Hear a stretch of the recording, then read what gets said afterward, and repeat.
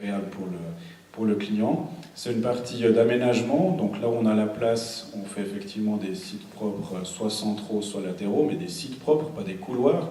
Actuellement, les couloirs à Lausanne sont de moins en moins bien respectés. Les personnes ont des voitures de plus en plus larges, des rétroviseurs qui dépassent de plus en plus, donc le couloir bus n'est plus un instrument très efficace à Lausanne.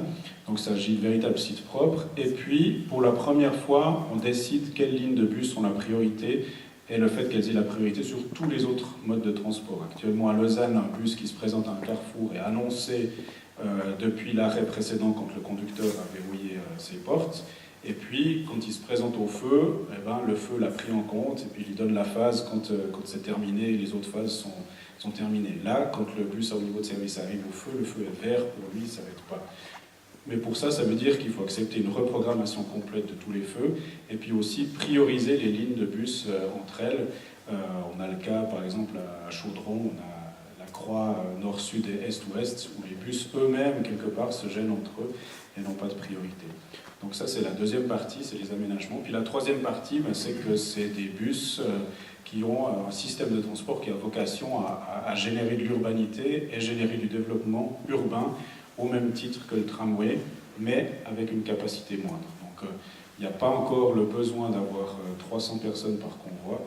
On se contente, entre guillemets, de 150 à 180, mais on fait des aménagements d'une qualité proche de celle du tramway, pour autant qu'on ait la place. Et autrement, ça se transforme en TGV Lausanne-Paris, c'est-à-dire qu'entre Dole et Valorbe, par exemple, entre Chailly et Puy, c'est tellement étroit qu'on n'a pas physiquement la place d'avoir un site propre. Donc là, le bus se transforme en bus, entre guillemets, normal. Mais dès qu'il le peut et dès que c'est possible, on a des aménagements particuliers. Donc c'est un système de transport, quelque part, en termes de capacité entre le tramway et le bus. Mais surtout, on donne des vraies priorités à ces bus.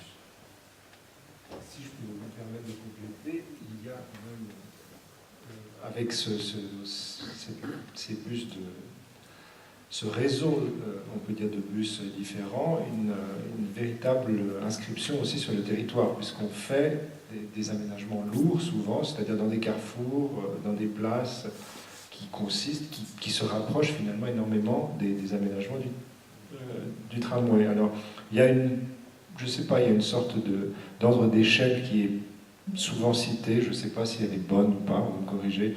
Un tramway coûte 5 fois moins cher qu'un métro, et une ligne de bus en site propre coûte 3 fois moins cher qu'un tramway. Donc c'est un peu, voilà, je ne sais pas si c'est absolument juste, mais voilà, c'est ce qui est cité. Alors, est-ce qu'il y a d'autres questions ? S'il vous plaît.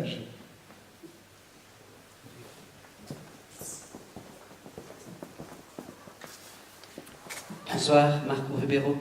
On peut imaginer que les villes qui reçoivent les trams sont des villes qui sont bien notées dans les projets d'agglomération. Et en même temps, M. Kaufmann dit qu'il y a une faiblesse en Suisse, c'est la qualification de réqualification de l'espace public. Est-ce qu'il y a une contradiction entre ces deux choses ? Entre le fait d'être bien noté dans le cadre du projet d'agglomération et la qualité de l'espace public. Si je comprends bien la question, est-ce qu'il y a un rapport entre la notation voilà, le projet d'agglomération qui est bien noté et la qualité de l'espace public, public, la qualité de l'espace public qui est faible selon M. Kaufmann? Je ne sais pas exactement sur quels critères ont été jugés les projets d'agglomération, mais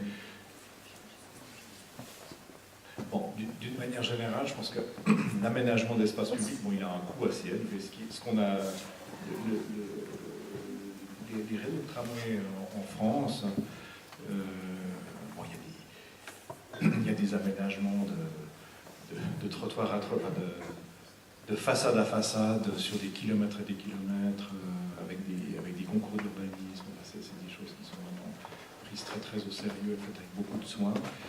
Et je pense, mais il y a sans doute des gens plus qualifiés que moi pour répondre à cette question dans la salle, mais je pense qu'en Suisse, c'est pas du tout évident de dépenser de l'argent public pour ça. C'est beaucoup moins évident qu'en France. L'embellissement des voiries, la qualité du revêtement, la qualité physique des espaces, c'est pas quelque chose qui est ressenti de la même manière. Le cas de Genève, il est intéressant de ce point de vue aussi. Quand vous discutez avec des élus français de France voisine sur les réalisations de nouvelles lignes de tram, c'est la chose qui les frappe. Ils disent, mais finalement, cette ligne de tram qui va sur Mérin, c'est incroyable, tout est neuf, puis on a l'impression que c'est vieux, que vous avez fait comme c'est d'habitude, il y a des trottoirs en béton, c'est comme si, voilà, il n'y a aucun effort particulier. Effectivement, il y a une question, c'est pas quelque chose de légitime quelque part, de dépenser de l'argent pour faire du beau. Alors est-ce que c'est le protestantisme ambiant? Je ne sais pas. Débattre. Moi, je suis pas sûr du tout que le fait d'avoir fait en sorte que les choses ne paraissent pas neuves soit un défaut.